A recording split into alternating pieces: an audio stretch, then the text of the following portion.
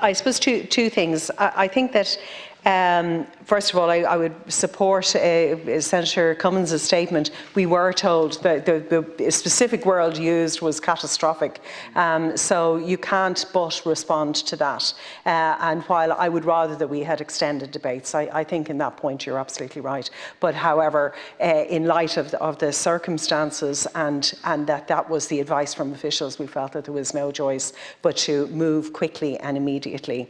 In the next 24 hours, decisions will be made that will hopefully lose the 5 kilometres. It is really important that immediately we will have a stand-alone right, which is what this legislation creates, that has nothing to do with the 5 kilometres. It is a stand-alone right to protections for people who have been affected by COVID. Now, it has been there in legislation up until now in a different and inextricably linked with the 5K, but now we are creating a standalone right for people who are in arrears and who have been affected by COVID. That's what this legislation does. And there is a little bit of misunderstanding around it, but the Minister, to be fair, couldn't have been more emphatic on the last day we were in, and in advice to us, the officials couldn't have been more emphatic in saying this is a standalone, this is separate.